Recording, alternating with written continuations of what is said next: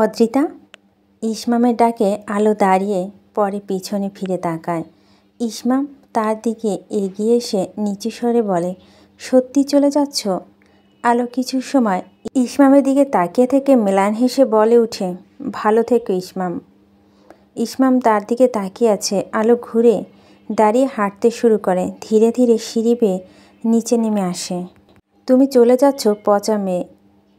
ইনহান অবাক হয়ে তাকিয়ে দেখছে আলোকে। আলো মেলান হেসে ইহানের দিকে তাকিয়ে এগিয়ে যায়। ইহানের মাথায় হাত রেখে নরম গলায় বলে, হ্যাঁ ভালো ছেলে, আমি চলে যাচ্ছি, আর কখনো আসবো না। না, কখনো না, দূরভাবে বলে ওঠে আলো। স্বামীর মাথা তুলে আলোর দিকে তাকায়। নিচতলা লিভিং রুমে বাড়ির সবাই এসে জামায়াত হয়েছে। আলো ঘুরে ঘুরে সবাই এক পলক দেখে নেয়।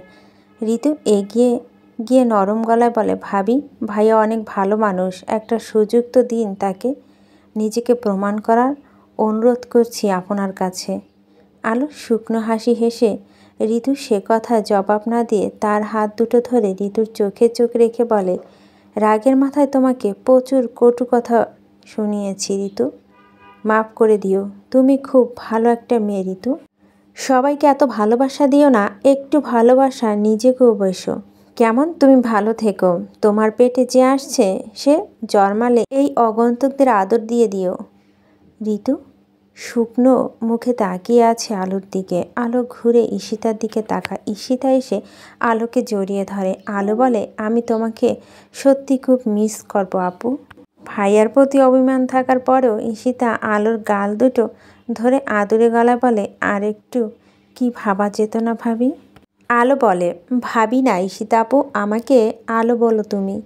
এমন সময় জামিল এসে শান্তিনীরের সদর দরজায় দাঁড়ায়। স্বামী ধমকের সুরে বলে, তোকে এই শরীর নিয়ে আসতে নিষেধ করেছিলাম না? জামিল তার ইয়াসার ভাইয়ের কথায় জবাব না দিয়ে আলোর দিকে এগিয়ে আসে। আলো তার দিকে তাকিয়ে আছে। জামিল বলতে থাকে, ভাবি, সব কিছু তো আমার জন্য হয়েছে। আপনি আপনার জুতা খুলে আমাকে দুটো দেন, আপনার বাবা মাকে দিতে বলবেন, কিন্তু আমার ভাইকে ছেড়ে দিয়েন না। ভাই আপনাকে সত্যি খুব ভালোবেসে ফেলেছে ভাবি, সে কষ্ট পাচ্ছে, তাকে একবার সুযোগ দেন ভাবি।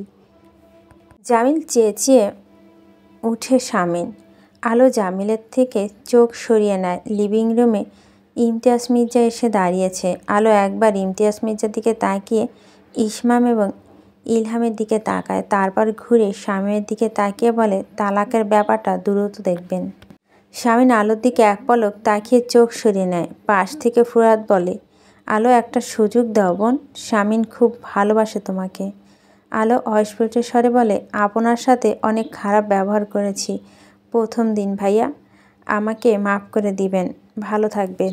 জামিল এসে আলোর পথ আলগে দাঁড়ায়। ভাবি, কথা তো শোনেন আমার, আমি ভাইয়ার অপরাধে কোনো মতে জাস্টিফাই করছি না ভাবি, সে অবশ্যই অপরাধ করেছে, কিন্তু এখন সে সত্যি আপনাকে ভালোবাসে, একটু কনসিডার করেন ভাবি। আমার পথ ছাড়ুন জামিল ভাই, ঠান্ডা গলায় বলে আলো। স্বামীন জামিলের দিকে তাকিয়ে ধমক ওঠে, পথ ছাড় ওর জামিল, যেতে দে ওকে। স্বামীন শুকনো মুখে সরে দাঁড়ায়। আলো এগিয়ে যেতে থাকে সদর দরজার কাছে। পরি আর পোনা চাচা দাঁড়িয়ে আছে। আলো হেসে পরির গাল ছুঁয়ে পোনার দিকে তাকিয়ে বলে, ভালো থাকবেন পোনা চাচা। পোনা নরম গলায় বলে, থেকে যাও বড় বৌমা, সবটা দুর্ঘটনা হলে তুমি একটা হীরা পেয়েছ।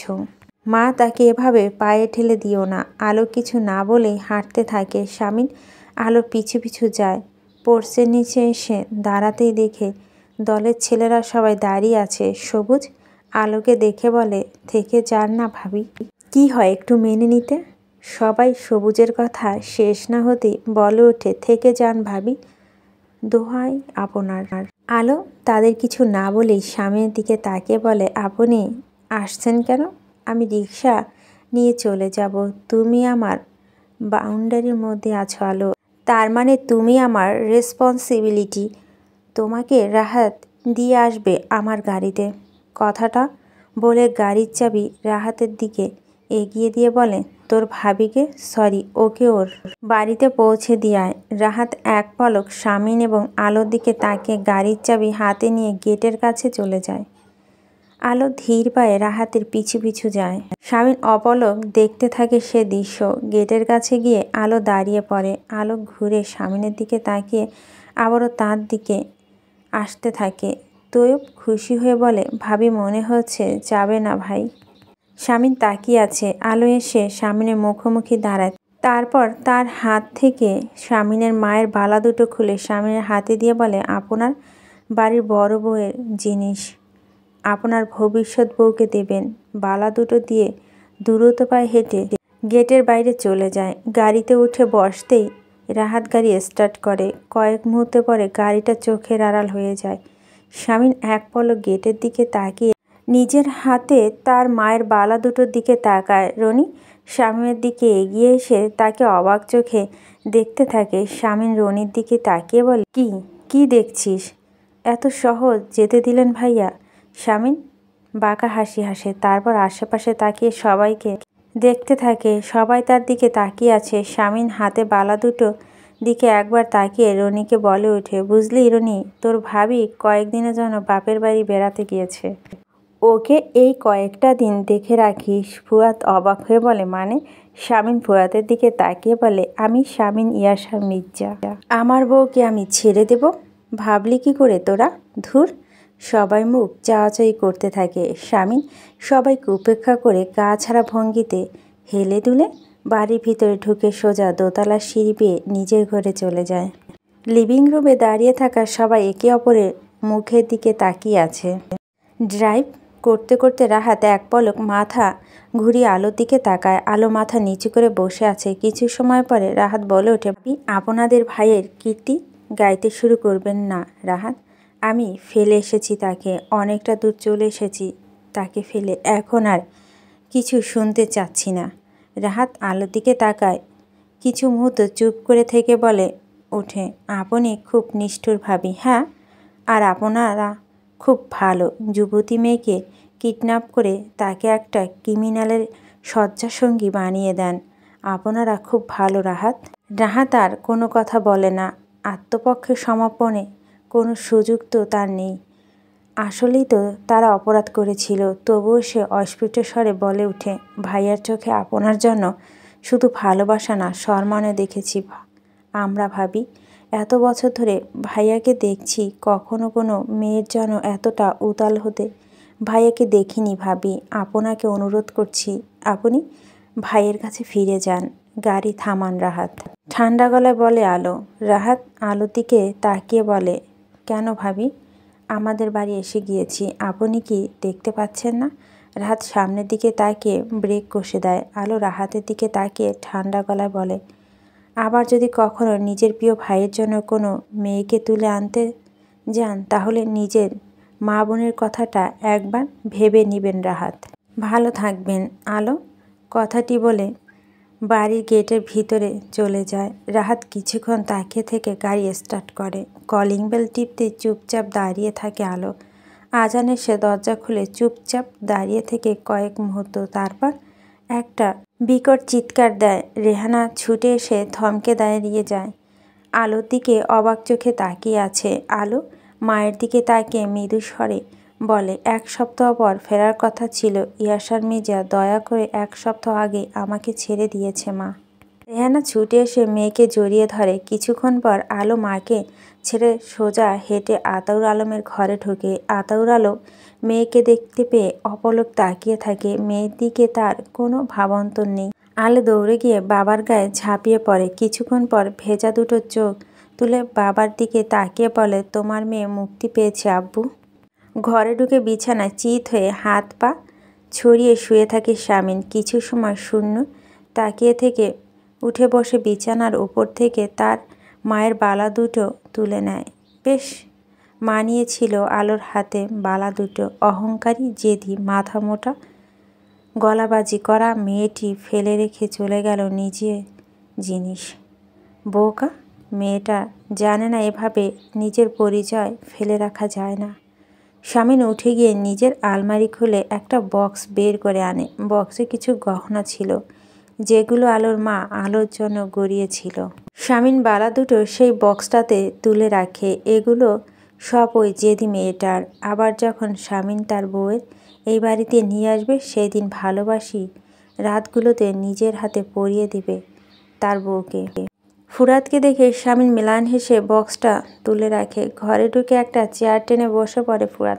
শামিনের দিকে তাকিয়ে বলে, কি চলছে মাথায়, কি করবি? সাধনা। হাসতে হাসতে বলে শামিন, তাতে যদি কাজ না হয় তাহলে আবার তুলে আনবো, তারপর আবার চলে গেলে আবার সাধনা করব। তাতে কাজ না হলে আবার তুলে আনবো, তারপর আবার চলে গেলে আবার সাধনা করব। তাতেও যদি কাজ না হয় আবার তুলে আনবো।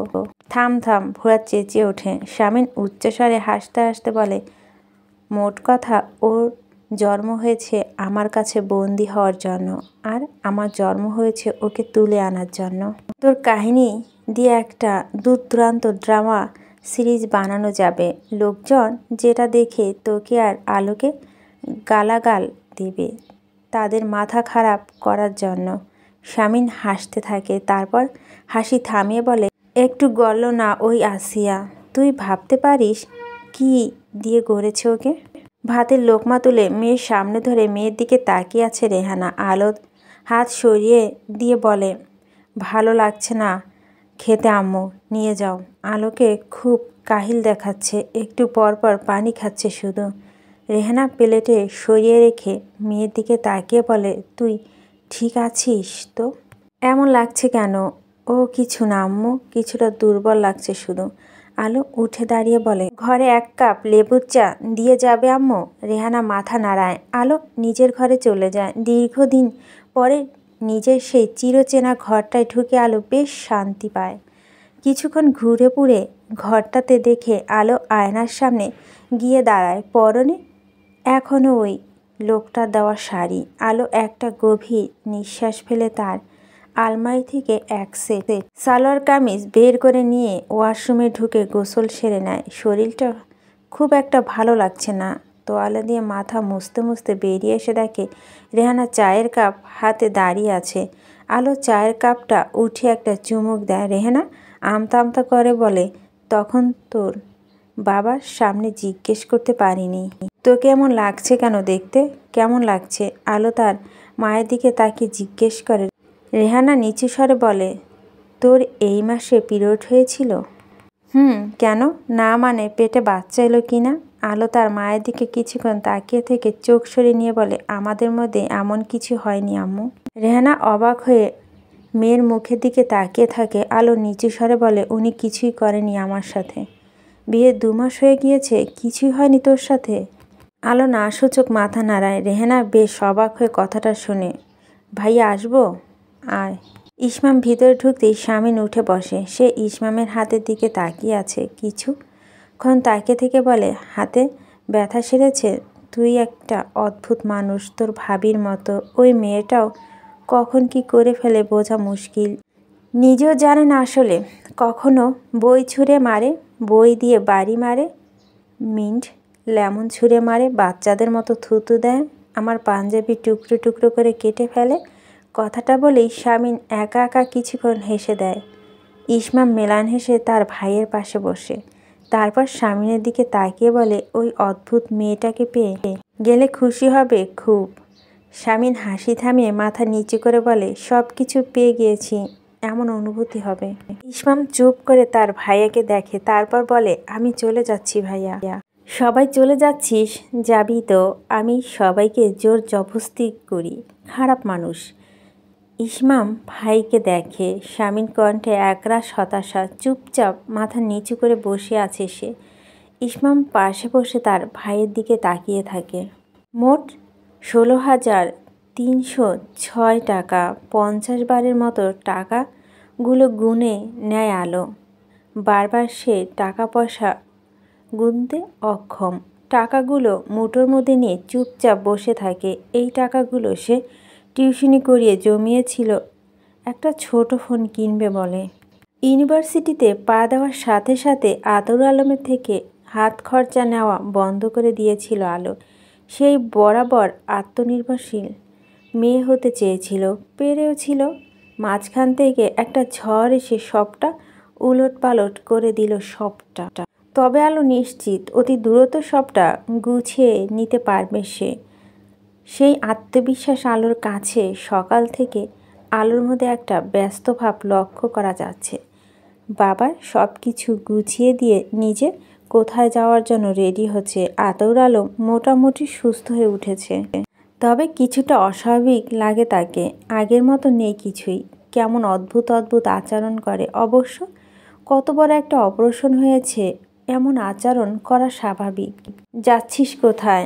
আলো গলায় ওড়না দিয়ে ঘুরে তাকায় রেহানার দিকে। রেহানার দরজার কাছে দাঁড়িয়ে তাকে দেখেছে। কলেজের ব্যাগটা কাঁধে উঠিয়ে ক্যাবিনেট থেকে স্লিপার বের করতে করতে বলে, ইউনিভার্সিটিতে যাচ্ছি। কলেজে যাচ্ছিস? ও মা, অবাক হচ্ছ কেন? আমি যে স্টুডেন্ট এটা ভুলে গেলে? রেহানা মেয়ের দিকে তাকিয়ে আছে। আলো বলতে থাকে, পড়াশোনাটা চালিয়ে যেতে চাই, সাথে টুকটাক কাজ করব। আব্বুর অবস্থা দেখে যা বুঝলাম, আমি ছাড়া এই সংসার গতি নেই।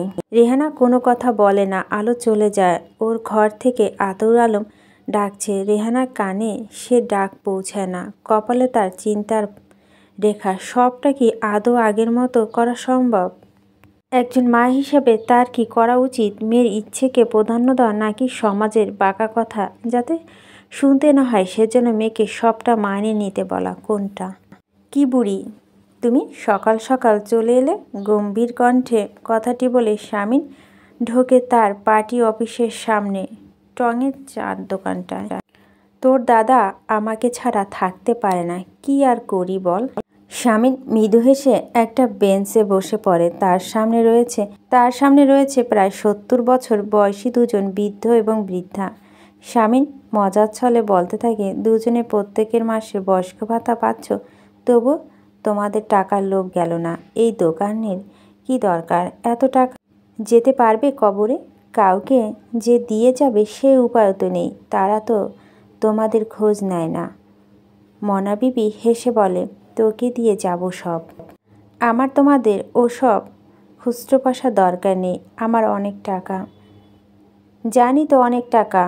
তা তুই এই দোকানে চা খেতে আসিস কেন? ওই সাহেবদের ইটের দালানে চা। শাহজাহান মিয়া শামীমের দিকে এক কাপ চা বানিয়ে দেয়। কাপে চুমুক দিয়ে শামীম এদিক ওদিক তাকাচ্ছে। লোকজন তাকে অবাক হয়ে দেখে। একজন মেয়র এভাবে টিনের ছাপরা দেওয়া দোকানে বেঞ্চে বসে চা খেতে খেতে গল্প করছে, এটা বেশ অবাক করা একটা দৃশ্য। এমন দৃশ্য নির্বাচনের আগে আগে দেখা যায়, পরে নয়। মনা বিবি নিচু স্বরে বলে, তোর বউ কেমন আছে? বউ চলে গেছে। ভেগে গিয়েছে নাকি? কার সাথে? ভেগে যায়নি, চোখের সামনে থেকে গুটি গুটি পায়ে হেঁটে বাপের বাড়ি চলে গিয়েছে। রাগ করে কি করেছিস? অনেক কিছু, তোমরা বুঝবে না। তোর মতো মানিকের ওপর রাগ করে চলে যায়? কেমন মেয়ে মানুষ! অদ্ভুত মেয়ে মানুষ দাদি, অদ্ভুত মেয়ে মানুষ। শামীম চায়ে বিল মিটিয়ে দিয়ে উঠে দাঁড়ায়। এলোমেলোভাবে হেঁটে অফিসের গেট দিয়ে ঢোকে। আজ একটা মানববন্ধন আছে প্রেস ক্লাবের সামনে। তার আগেই দলের ছাত্রদের নিয়ে গুরুত্বপূর্ণ আলোচনা করার জরুরি। অফিসে ঢুকে দেখে সবাই অলস ভঙ্গিতে বসে আছে, কেউ কেউ মোবাইল ফোন নিয়ে ব্যস্ত। শামীম নিজেই চেয়ারটাতে গা এলিয়ে দিয়ে বসতে বসতে বলে, কিছু মাছি এনে মারতে পারবি? এভাবে চুপচাপ বসে থাকলে ভালো লাগে না। তৈয়ব উঠে দাঁড়ায়। শামীম তার দিকে না তাকিয়ে একটা কাগজ দেখতে দেখতে বলে, আপডেট বল। তৈয়ব চিন্তিত ভঙ্গিতে বলে, কোনটা? তোর ভাবির, আমার বউয়ের। ভাবি 4 ঘন্টা আগে নিউ মার্কেট বনি টেলিকম থেকে একটা নতুন মোবাইল ফোন কিনেছে এবং সাথে একটা সিম কার্ড। সেখান থেকে বের হয়ে তাদের কলেজের সামনে পার্কের একটি বেঞ্চে বসে একটা বান্ধবীর সাথে কিছুক্ষণ গল্প করেছে। তারপর তাদের বাড়ির সামনে একটা ডিসপেন্সারি দোকান থেকে আপনার শ্বশুরের জন্য কিছু ওষুধ নিয়েছে এবং সবশেষে একটু আগে বাড়িতে ঢুকেছে। ও হ্যাঁ, ভালো কথা। বাড়িতে ঢোকার আগে কুকুর দেখে ভয় পেয়ে দৌড়াতে গিয়ে একবার উষ্ট খেয়ে পড়ে গিয়েছিল।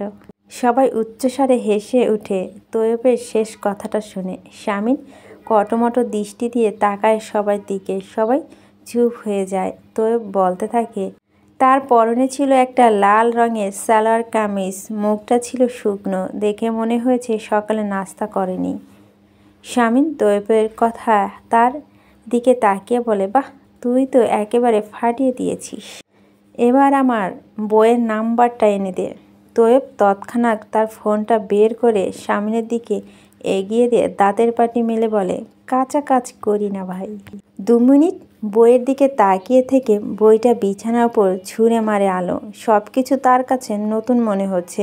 কোথা থেকে শুরু করবে ভেবে হিমশিম খেয়ে যাচ্ছে। এই ইয়ারের ফার্স্ট ইনকোর্স এক্সামটা দিতে পারল না সে। মার্কসটা না পেলে মুশকিল। কিছুক্ষণ বইয়ের দিকে তাকিয়ে থেকে বিছানায় গিয়ে শুয়ে পড়ে। মাথাটা বেশ ব্যথা করছে।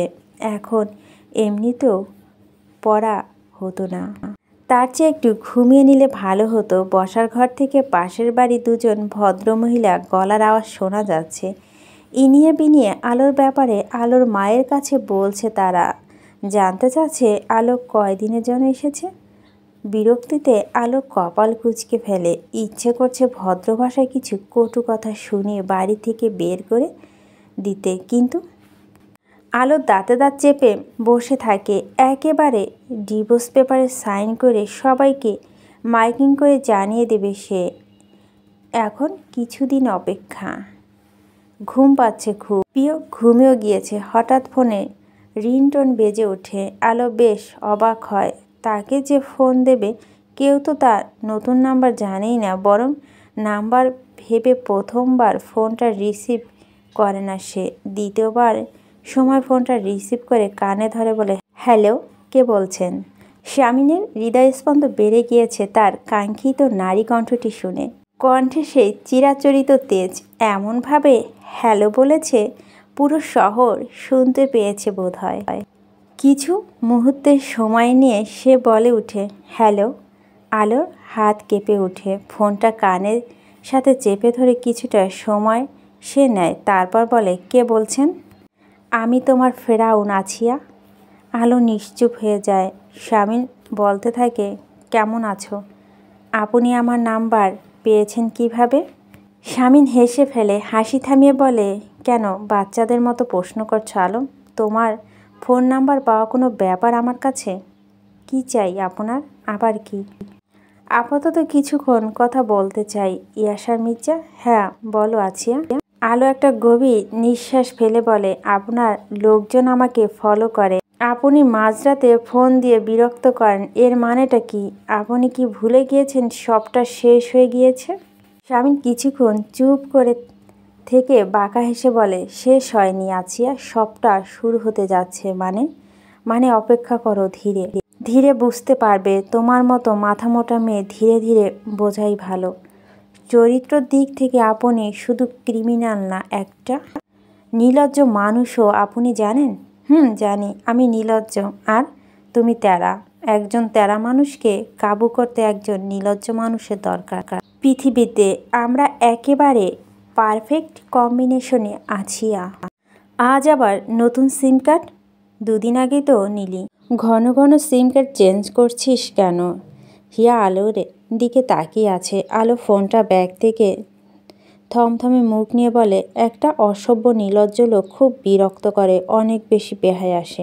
তো দুলাভাইকে বল মেয়রের বউকে ডিস্টার্ব করে, কত বড় সাহস, মেরে ঠ্যাং ভেঙে দিক।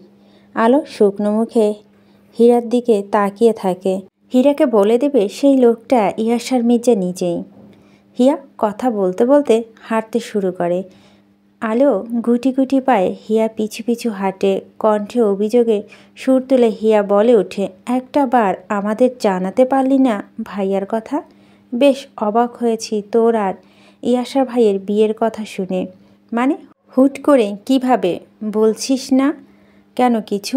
আলো আমতা আমতা করে বলে, ওসব বাদ দে, পড়ার কথা বল। অনেক দূর এগিয়ে গিয়েছিস তাই না তোরা? আচ্ছা শ্রাবণী কেন আসছে না? ওর কি বিয়ে হয়ে গিয়েছে? হীরা মুখ মলিন করে বলে, আর বলিস না, অনেক ঝামেলার মধ্যে আছে ও। ওদের বাড়ি প্লাস দোকান ঘরটা দখলের চেষ্টা চলছে। ওর বাবা ছোটাছুটি করে অসুস্থ হয়ে পড়েছে, সবটা ওকে দেখতে হচ্ছে। আলো অবাক হয়ে বলে, পুলিশ কি করছে? পুলিশের কাছে যায়নি, টাকা দিয়ে আইন কিনে নিয়েছে দখলদাররা। কিছু করার নেই, ওদের মাথার ওপর শক্ত কোনো হাত নেই। আতাউর আঙ্কেল যে কিছু করবে সেও তো 2 মাস ধরে আঙ্কেলের অসুস্থতার জন্য গুটিয়ে নিয়েছে নিজেকে এসব ঝুট ঝামেলার থেকে। আলো মাথা নিচু করে শুনতে থাকে হিয়ার কথা। কিছুটা অন্যমনস্ক হয়ে গিয়েছে সে বাবার কথা শুনতেই। এই আলো, এই হিয়া। আলোকে ধাক্কা দেয়, আলোর ঘোর কেটে যেতে হু বলে সাড়া দেয়। হিয়া বলে, কি ভাবছিলি? কিছু না, বল। শ্রাবণীর কথা বলছিলাম। আচ্ছা আলো, তোকে একটা কথা বলতে চাই, কিছু মনে করবি না তো? না, মনে করব না, কেন বল। হিয়া আমতা আমতা করে বলে, তুই ইয়াসার ভাইকে বলে দেখবি যাতে সে শ্রাবণীদের বিষয়টা একটু দেখে দেয়। আমি নিশ্চিত সে দেখলেই হবে। হিয়া কণ্ঠে অনুরোধের সুর। আলো অবাক চোখে হিয়ার দিকে তাকিয়ে আছে। কিছু সময় পর বলে, আমি? হ্যাঁ তুই বউ, তাই ভাইয়া তো কথাটা গুরুত্ব দিয়ে দেখবে। শ্রাবণীর বাবা অসুস্থ শরীর নিয়ে যেতে চাইছিল ভাইয়ার কাছে, শুনেছি। প্লিজ তুই একটু দেখ, প্লিজ প্লিজ। হীরা আলোর হাত ধরে ফেলে। আলো ঘামতে থাকে। সে কিভাবে ওই লোকটার কাছে অনুরোধ করবে? কিভাবে? আমরা কত দূরত্ব বড় হয়ে গেলাম, তাই না ছোট? ড্রাইভ করতে করতে স্বামী ইসমামের দিকে তাকিয়ে বলে কথাটা। ইসমাম মাথা নিচু করে বসে আছে। নরম গলায় বলে, তোমার কণ্ঠ আমার প্রতি রাগ ভাইয়া, তুমি শুধু শুধু রাগ করছো। আমি ফিরে আসব। স্বামীন মিলান হাসে, তারপর বলে, রাগ? আমার তো উল্টোটা মনে হচ্ছে ছোট। আমার তো তোর প্রতিটা আচরণে মনে হচ্ছে তুই কোনো কারণে আমার উপর রেগে আছিস, অথবা আমি তোকে কষ্ট দিয়েছি। ইসমাম ভাইয়ের দিকে তাকায়। স্টিয়ারিংয়ের ওপর রাখা স্বামীনের বাঁ হাতের ওপর আলতো করে ছুঁয়ে দিয়ে বলে, ধুর, তুমি বেশি বেশি ভাবো ভাইয়া। তুই সবসময় অন্যের কাজ অপছন্দ করিস। আলোর বিষয়টা নিয়ে তুই আমার উপর রাগ। আমি জেদের বসে সব সময় ঝামেলা করি বলে? ইসমাম চুপ হয়ে থাকে, তারপর বলে ওঠে, ঝামেলা করো, আবার সবটা ঠিকঠাক তো করে নাও, তাই রাগ নেই। আপনার নাম? অদ্রিজা আলো। লোকটা বাতাসের বেগে আলোর নামটা লিখে ফেলে রেজিস্টার খাতায়, তারপর আলোর দিকে তাকিয়ে বলে, বিবাহিত? অজান্তে আলো চোখ থেকে বেরিয়ে যায় কথাটা জি। তৎক্ষণাৎ আলো নিজেকে শুধরে নিয়ে বলে, জি না। একবার জি আরেকবার জি না মানে কি? পেছন থেকে হিয়া বলে, বিবাহিত বিবাহিত। আসলে কয়েকদিনের জন্য বাপের বাড়িতে বেড়াতে গিয়েছে, তাই সব খেয়ে বসে আছে। কথাটি বলে দুষ্টমির ছলে আলোর মাথায় ঘাটটা মেরে দেয় সে। লোকটা একটা ফরম আলোর নাম ঠিকানা তুলতে থাকে, তারপর বলে, স্বামীর নাম? আলো ঘামছে। হীরাটা তাকে বিপদে ফেলে দিয়েছে। সে আমতা আমতা করে বলে, বাবার নাম দিলে কি সমস্যা? স্বামীর নাম স্বামী ইয়াসার মির্জা, এই শহরের মেয়র স্বামী ইয়াসার মির্জা। হিয়া বলে দেয় দ্রুত। লোকটা হাঁ হয়ে আলোর দিকে দীর্ঘ সময় ধরে তাকিয়ে থাকে। ইয়াসার মির্জা বউ এসেছে তাদের কাছে। আলোকে খুঁটিয়ে খুঁটিয়ে দেখে, বলে ওঠে, তোমাকে খুব চেনা চেনা লাগছে, কোথায় যেন দেখেছি। খুব ফেমাস মেয়ে, চেনা চেনা লাগতেই পারে। যেখানেই যায় নিজের রকচাটা স্বভাবের জন্য একটা ঝামেলা বাঁধিয়ে আসে। কিছুদিন আগে টিভিতে উঠেছিল, আপনি সম্ভবত দেখেননি। আপনি তাড়াতাড়ি ফর্মটা দিন আঙ্কেল, অফিস তো বন্ধ হয়ে যাবে। লোকটা আমতা আমতা করে বলে, ইয়াসা মির্জার বউ এসেছে স্টুডেন্ট লোনের জন্য অ্যাপ্লাই করতে। আলো লোকটার দিকে স্থির দৃষ্টি দেয়, তারপর স্বাভাবিক গলায় বলে, কেন? আমার জন্য নিষেধ আছে রাষ্ট্র থেকে? আমাকে লোন দেওয়া যাবে না? ঠিক তা নয়, আপনার স্বামীর তো অনেক টাকা। হিয়া বলে ওঠে, প্রবলেম কি আঙ্কেল? স্বামীর টাকা তো কি হয়েছে? একটা মেয়ে নিজের চেষ্টায় স্বাবলম্বী হতে চাইলে সে পারবে না? জানেন, আমার বান্ধবী খুব আত্মসম্মান, আর এজন্যই তো ইয়াসা মির্জা ওকে পছন্দ করেছে। ওর মতো মেয়ে হয় না। তুই চুপ করবি? হিয়াকে থামিয়ে দিয়ে আলো লোকটার দিকে তাকায়, তারপর নরম গলায় বলে, আঙ্কেল প্লিজ, আমার খুব দরকার টাকাটা।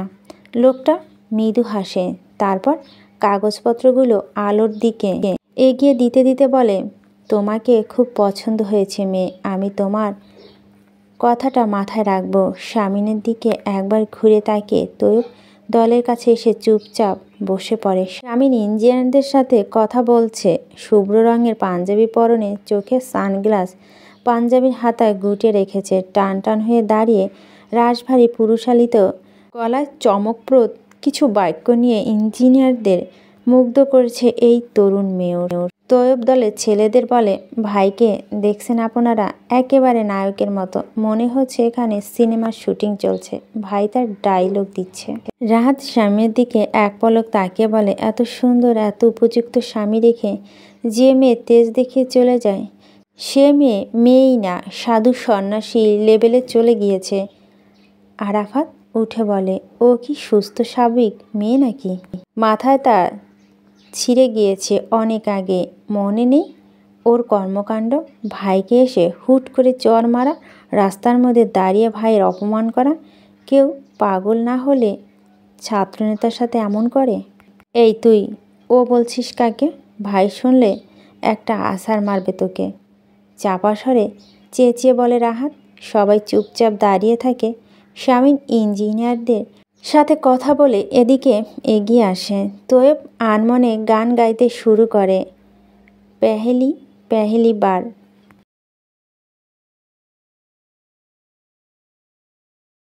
শামীম এগিয়ে এসে তৈয়বের দিকে তাকিয়ে বলে ওঠে, কি হয়েছে তোর? কি গাইছিস সেটা? হিন্দি গান ভাই। এর অর্থ হচ্ছে প্রথমবার ভালোবেসে ফেলেছি, কিছু বুঝতে পারছি না। আমি কি করব? মন আমার এমন হাল করলো, কিছুই বুঝতে পারছি না আমি কি করব। শামীম তৈয়বের দিকে শীতল চোখে কয়েক মুহূর্তে তাকিয়ে থেকে বলে, অর্থ বুঝেছি আমি। কেন গাইছিস সেটা? আমাদের দলটা তোর গানের পালা মনে হয়? রাস্তায় ঘুরে গান গাই আমরা? তোর মাথা নাড়ায়। সে ভীষণ ঘাবড়ে গিয়েছে ভাইয়ের ধমকে। শামীম চোখ থেকে সানগ্লাস খুলে ফেলে, হাত ঘড়ির দিকে তাকিয়ে বলে, কাজ শেষ আমার, বয়েজ কলেজে যাবি? কতদিন হারুন চাচার টংচার দোকানে চা খাই না, ফুয়াদের ডেকে নে আর ওখানে ফুটবল টিমকে খবর দে, মন ভালো নেই আমার। ইসমাম ভাইয়ের জন্য মন খারাপ। শামীম কিছু না বলে রাহাতের দিকে তাকিয়ে বলে, বাইক স্টার্ট কর। আজ শামীম গাড়ি নিয়ে আসেনি। হাইওয়েতে মোট 16টা বাইক সাই সাই করে চলছে। শামীম রাহাতের পিছনে বসেছে। সবাই বয়েজ কলেজের সামনে গিয়ে বাইক পার করে। ফুয়াদ আগে থেকেই গেটের সামনে দাঁড়িয়েছিল। দলবল নিয়ে হারুনের দোকানে ঢুকে পড়ে সাইব। চা খেতে খেতে সবুজকে বলে, আমি কত বাজে মেয়র দেখেছিস? জনসেবা রেখে এখানে আড্ডাবাজি করছি, বকাটাদের মতো বাইক করে ঘুরে বেড়াচ্ছি। ফুয়াদ শামীমের হাবসাব দেখে বুঝছিল শামীমের মন খারাপ। কিছুক্ষণ যেতেই সে আমতা আমতা করে বলে ওঠে, তোর কি মন খারাপ? শামীম কিছু বলে না। ফুয়াদ বলে, কি হয়েছে নতুন করে? নতুন করে কিছু হয়নি, সারাদিন ভাবির জন্য মন খারাপ থাকে, আর এখন ইসমাম ভাইয়ের জন্য। কণ্ঠে শামীমের প্রতি সহানুভূতি সবুজের। শামীম সবুজের দিকে চোখ নামিয়ে বলে, বেশি কথা বলবি না, আমি সারাদিন মন খারাপ করি তোর ভাবির জন্য। কী ধরনের কথা এগুলো? ফুয়াদ হাসতে হাসতে বলে, তোর মতো পুরুষ এগুলো স্বীকার করবে না জানি, তাহলে তোর পুরুষত্ব চলে যাবে। শামীম চুপ হয়ে যায়। তারপরে কিছুক্ষণ পরে বলে ওঠে, সত্যি কথা বলতে মিস করি ওকে, ওর পাগল পাগল আচরণগুলোকে। তৈয়ব বলে, ভাবিকে একটা ইমোশনাল মেসেজ লিখে পাঠিয়ে দিন ভাই। মেয়ে মানুষের মন গলতে এই সব ভ্যাংস্যাং কথাবার্তা অনেক কাজে দেয়। শামীম তৈয়বের দিকে তাকিয়ে বলে, ভ্যাংচ্যাং কথাবার্তা মানে কী ধরনের? কবিতা বা গানের দুটো লাইন, যা একেবারে একটা মেয়ে লোকের হৃদয়ে গিয়ে লাগবে। সারাদিন চিল্লাচিল্লি করে ওদের কাছে মার্কেট পাওয়া যায় না, তবে এইসব ভুগিচুকি কথাবার্তা এরা পটে যায়। আমিও আমার গার্লফ্রেন্ডকে এভাবে পটিয়েছি। শামীম কিছুক্ষণ বোকার মতো তৈয়বের দিকে তাকিয়ে থাকে। তারপর ফোনটা তৈয়বের দিকে এগিয়ে দিয়ে বলে, লিখে দে অমন একটা মেসেজ। তৈয়ব লজ্জিত ভঙ্গিতে বলে, ছি ছি ভাই, ভাবির মেসেজ আপনি নিজের হাতে টাইপ করেন, আমি বলে দিচ্ছি। সবাই খুবই আগ্রহ হয়ে দেখতে থাকে তৈয়ব আর শামীমের কর্মকাণ্ড। তৈয়ব গলা খাকারি দিয়ে বলে, লেখেন, যেই দিন আমি হারিয়ে বুঝবে সেই দিন বুঝবে। শামীম লিখতে থাকে, যেদিন আমি হারিয়ে যাব বুঝবে সেই দিন বুঝবে। তৈয়ব বলতে থাকে, আসতে পারে সন্ধ্যা দাঁড়ায় আমার খবর মুছবে। শামীম লিখে ফেলে। তারপর তৈয়বের দিকে তাকিয়ে বলে, লাইন দুটো সুন্দর, কার লেখা? তৈয়ব বলে, কি জানি, জসিমউদ্দিন নয়তো কাজী নজরুল ইসলাম। রাহাত বলে, জসিমউদ্দিন হবে। কাজী নজরুল বিদ্রোহ করে, কুল পেত না এইসব ভুকিচুকি কথাবার্তা লিখত কখন। ফুয়াদ শামীমের ফোনটা নিয়ে বলে, দেখি, গুগলকে জিজ্ঞেস করে দাঁড়া। শামীমের ফোনটা হাতে নিয়ে ফুয়াদ কিছুক্ষণ ফোনের দিকে তাকিয়ে থেকে শামীমের দিকে তাকায় হতভম্ব হয়ে। শামীমকে বলে, এইসব কী লেখা তোরা সার্চ হিস্ট্রিতে? কী সব জানতে চেয়ে বেড়াতি এসব? স্ত্রীর মন জয় করার উপায়, বউয়ের ওপর রাগ উঠলে তা নিয়ন্ত্রণ কিভাবে করে, স্ত্রীর সাথে কিভাবে কথা বলা উচিত। পড়তে পড়তে ফুরাত উচ্চস্বরে হাসতে থাকে। তার হাসি থামছেই না। শামীম থাবা মেরে ফোনটা কেড়ে নিয়ে থতমত মুখ নিয়ে বসে থাকে। কিছুক্ষণ পর হাসি থামিয়ে ফুরাত বলে, বেচারা গুগলকে তো বেশ অত্যাচার করছিস এই কয়দিনে। শামীম তার দলের ছেলেদের সামনে লজ্জায় পড়ে যায়। ফুয়াদ বলে, কিছু শিখতে পেরেছিস? তৈয়ব বলে উঠে, ভাই মেসেজটা পাঠিয়ে দিন ভাবির নাম্বারে, দেখবেন একটু হলেও মন গলবে। আমি গ্যারান্টি দিচ্ছি তোমাকে এটা লিখেই পাঠিয়েছি আমি। শামীম কিছুক্ষণ সবার মুখের দিকে তাকিয়ে থেকে বলে, তমা আর আতর আলমের মেয়ে অদ্রিতা আলো এক হলো। এই মেসেজ পাঠালে তোর ওই ভাবি কি লিখবে জানিস?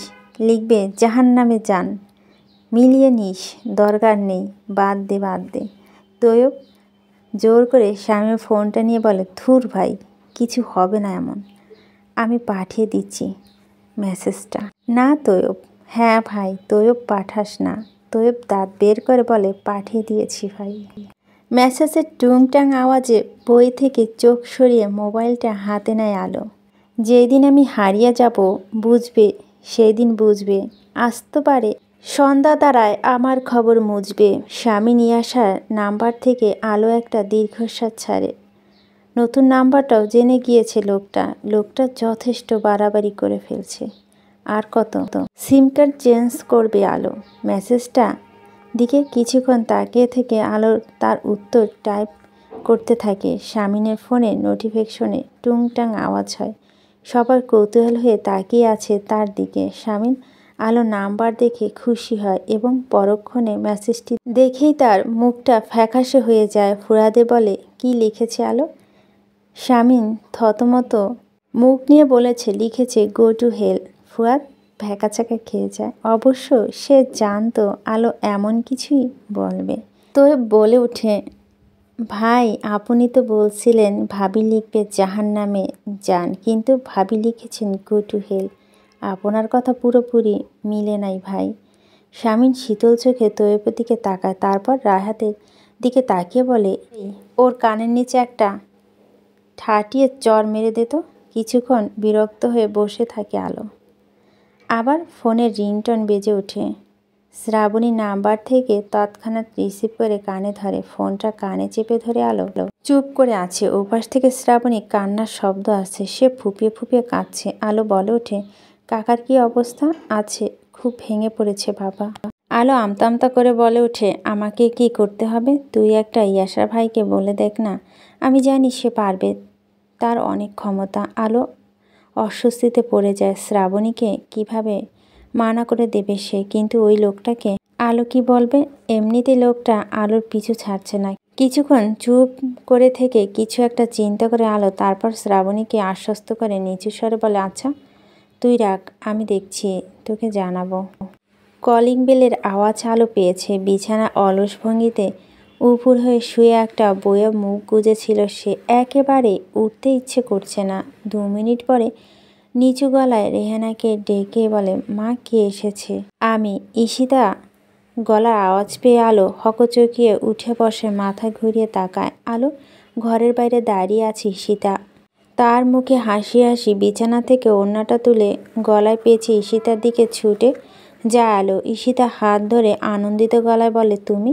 ঈশিতা হেসে বলে, খুব কষ্ট করে খুঁজে বের করলাম তোমাদের বাড়ি। আলো ঈশিতাকে টেনে এনে নিজের বিছানায় বসিয়ে দেয়। ঈশিতা আলোকে কয়েক মুহূর্ত দেখে বলে, সালোয়ার কামিজে তোমাকে ভালো লাগছে না ভাবি। আলো ঈশিতার দিকে কিছু সময় তাকিয়ে থেকে নিচু স্বরে বলে, ভাবি ডেকো না আমায়। ঈশিতা হাই তুলে বলে, ডিভোর্স না হওয়া পর্যন্ত তো ডাকতেই পারি। আলো বিছানায় একপাশে বসে ঈশিতার দিকে তাকিয়ে বলে, ঋতু কেমন আছে? খুব একটা ভালো নেই, সারাদিন বমি হতে থাকে। তোমাদের দুজনকে খুব মিস করি। আদৌ করো? মনে তো হয় না আমার। আলো ম্লান হাসে। ঈশিতা বলতে থাকে, আর কাউকে করো না? আর কাউকে করার কথা আপু? কেন ওইসব অযৌক্তিক কথা বলছো? ঈশিতা চুপ করে থাকে। আলো বলে, এভাবে এসে মাঝে মাঝে আমায় ভালো লাগবে। ঈশিতা আলোর কথায় জবাব না দিয়ে বলে, বাড়িটা একেবারে আগের মতো হয়ে গিয়েছে। তুমি চলে এসেছো, ইসমাম আমেরিকায় চলে গিয়েছে, আবার সেই আগের রূপ। সময় কাটে না আমার, তাই খুঁজতে খুঁজতে তোমার কাছে এলাম।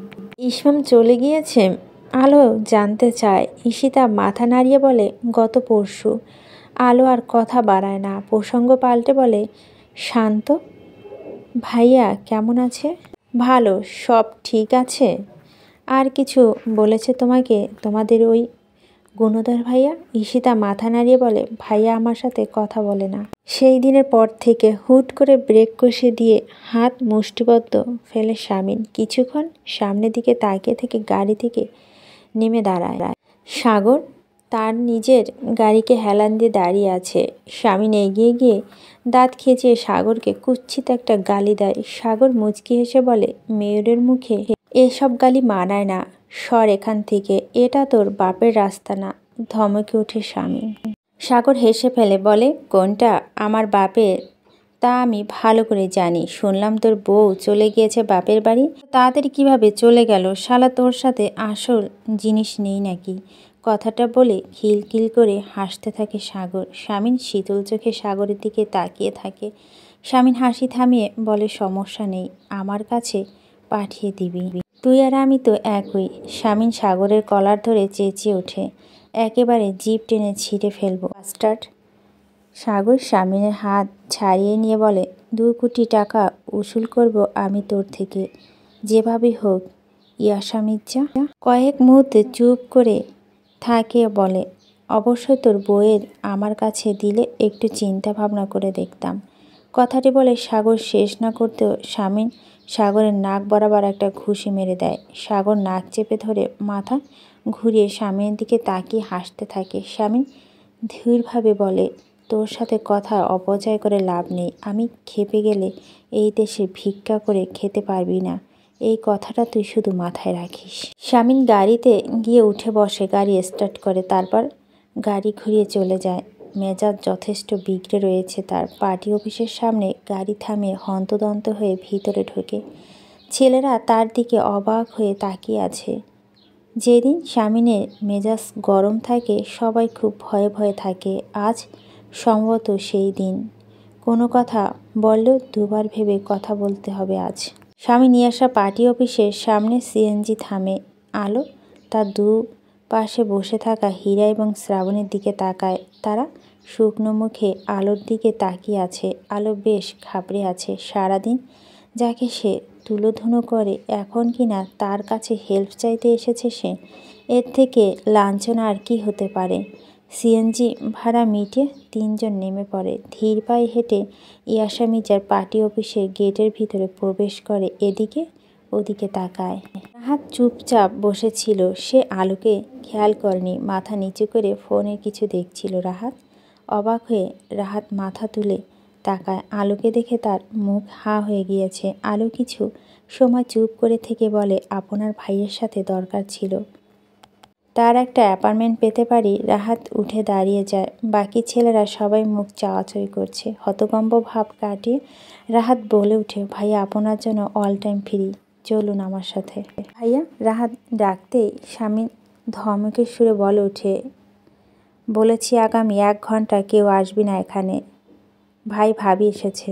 কোন ভাবি? আমার কোনো ভাবি নেই ভাই, আমাদের ভাবি। শামিন কিছু কাগজ দেখছিল। রাহাতের কথা মাথা তুলে তাকিয়ে অবাক হয়ে তাকিয়ে থাকে। রাহাত পেছনের দিকে তাকিয়ে বলে, ভাবি আসুন।